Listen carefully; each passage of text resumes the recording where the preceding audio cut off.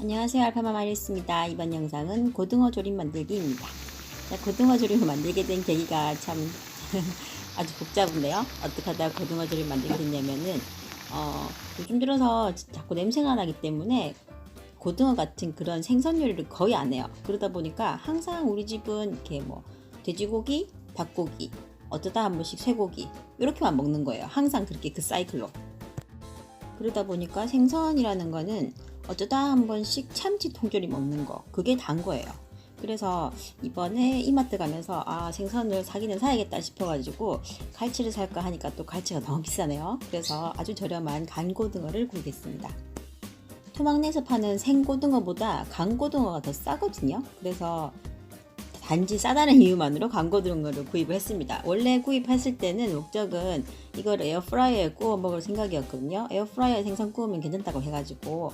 근데 막상 또 에어프라이어도 구우려고 보니까 에어프라이어에 또 그 막 기름 새고 하면 그거 다 이렇게 씻어야 되는데 씻을 게 장난이 아니잖아요. 그래서 저는 보통 에어프라이어 사용할 때는 종이 호일을 깔고 사용하기 때문에 뭐 에어프라이어 한번 쓸 때마다 에어프라이어 밑에 있는 바스켓을 다 이렇게 설거지하고 그러진 않아요. 그냥 종이 호일을 떼서 버릴 뿐이죠. 네. 근데 이거 생선을 조리하면 분명히 그 냄새가 배었기 때문에 그걸 다 씻어야 될 것 같아서 일이 너무 많은 것 같은 거예요.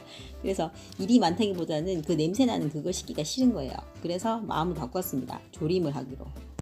그런데 또 어떻게 생각해보면 구워 먹고 그거 씻는 게 편하지 조림하려면 각종 재료 다 따듬어야 되고 요리를 해야 되니까 더 귀찮을 수도 있어요. 근데 저는 치우는 거는 싫어해도 요리하는 것 자체는 되게 재밌어 하거든요. 그러니까 요리하는 게 좀 귀찮더라도 조림을 하고 차라리 치우는 게 좀 간편한 게 낫지 않나 이런 생각이 들어서 이제 고등어 조림을 하기로 했습니다.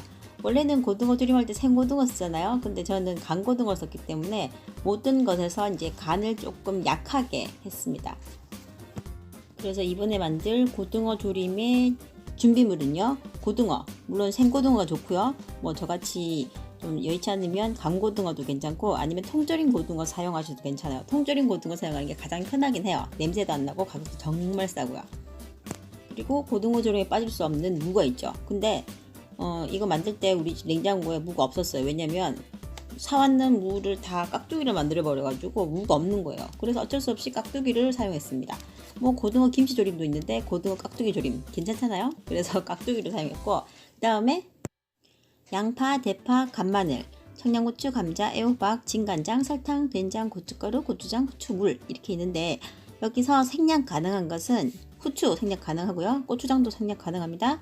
그리고 애호박 생략 가능하고요. 감자도 생략 가능하고 청양고추도 가능해요. 그리고 양파도 가능해요. 그러니까 꼭 필요한 것만 말씀드리자면은 고등어, 무, 대파, 간마늘, 고춧가루, 설탕, 진간장, 그리고 된장 이렇게만 있으면 됩니다. 근데 여기다가 추가로 이제 나머지 뭐 애호박이라든가 뭐 이런 거 다 넣으시면 돼요. 자, 이렇게 해서 이제 시작합니다. 먼저 팬에다가 저희 집은 지금 무가 없기 때문에 깍두기를 넣었어요. 깍두기를 넣었고 여기 간고등어 2마리 넣었거든요. 간고등어가 일반 고등어보다 조금 작아요. 그리고 맛있는 감자를 넣었습니다. 감자가 고등어 조림 넣으면 되게 맛있다고 해가지고 넣었고 원래 간마늘 넣어야 되는데 간마늘 갈아 놓은 걸 다 먹어가지고 어쩔 수 없이 일반 마늘을 이렇게 잘게 썰어서 넣었고요.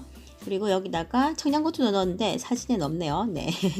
자, 청양고추 넣었고요. 그리고 일반 생고등어 쓰는 게 가장 좋지만 저는 간고등어 썼고요. 통조림 고등어도 가능합니다. 자, 비늘 같은 거 잘 잘라내고 냄새 나면 잘 씻어가지고 넣으시면 돼요. 그리고 원래 양파를 넣으려고 했는데 점심 때 먹다 남은 양파 절임이 있어가지고 그거를 그냥 재활용했습니다. 자, 아깝잖아요 버리기는. 그래서 여기 있는 걸 사용했기 때문에 전체적으로 간장 같은 간을 조금 약하게 넣었어요. 고등어도 제가 간고등어 썼기 때문에 간장을 조금 적게 넣었습니다. 그리고 대파도 넣었고요. 그리고 고춧가루를 뿌려줍니다. 그리고 나머지 재료들은 여기 지금 원래는 진간장을 넣었어야 되는데 아까 저는 삼겹살 그 양파 절임이라는 그 소스를 썼어요. 그러니까 그거 대신에 진간장 설탕 넣으시면 돼요. 그리고 고추장하고 고춧가루, 된장 이렇게 후추 풀어가지고 이걸 섞어서 여기에다가 부어주고요. 그 다음에 물을 자작하게 부어줍니다. 그리고 뚜껑을 닫고 이제 가스레인지 불을 켜서 익혀줍니다. 이때 익히는 정도는 가장 딱딱한 감자하고 무가 이렇게 젓가락으로 찔렀을 때 쑥 들어갈 정도로 익으면은 거의 고등어가 다 익어요. 이렇게 해서 바글바글 끓여줍니다. 그러면은 참 맛있는 냄새도 나고, 그리고 이제 중간에 간 한번 보시고 조금 싱겁다 싶으시면은 진간장 좀 넣어주시면 되고요. 만약에 이게 너무 짜다 싶으시면은 여기다가 물을 조금 더 부어주시면 돼요. 그래가지고 물이 자작하게 졸을 때까지 계속 보글보글 끓여줍니다. 그리고 사실 뭐 고등어 구이보다는 조림 쪽으로 먹는 게 살이 조금 덜 찌는 방향이기도 하고요. 그리고 또 고등어 구이보다는 조림이 또 여러 가지 재료를 먹을 수 있잖아요. 감자도 먹을 수 있고, 무도 먹을 수 있고, 파도 먹을 수 있고. 그러니까 영양적으로도 조림이 좀 만들기는 귀찮지만은 고등어 구이보다는 괜찮은 것 같아요. 뭐 정말 오랜만에 고등어 조림을 해봤는데 이렇게 자꾸자꾸 이제 국물이 쫄아들고 있죠. 근데 만약에 이렇게 쫄아들고 있는데 감자나 무가 덜 익었다 그러면은 물을 조금 더 붓고 더 졸이시면 돼요. 이렇게 해서 밥 반찬으로 밥하고 같이 먹으면 진짜 맛있어요. 먹을 때 가시 잘 발라내고 드셔야 되고요. 잘못 먹으면 큰일 납니다. 만약에 통조림 고등어 사용하실 때는, 그때는 통조림 고등어는 가시 다 먹어도 돼요. 괜찮아요. 그거는 목에 찔리잖아요. 그리고 이 고등어 조림에 아까 넣었던 애호박이라든가 감자, 무 정말 맛있거든요. 달짝지근하게. 그래가지고 맛있게 식사 한 끼 하시면 되겠습니다. 그러니까, 저희 식구는 요거하고 밥하고 딱 2개만 갖고 저녁 해결했어요. 맛있게 고등어 조림 해 드시기를 바라겠습니다.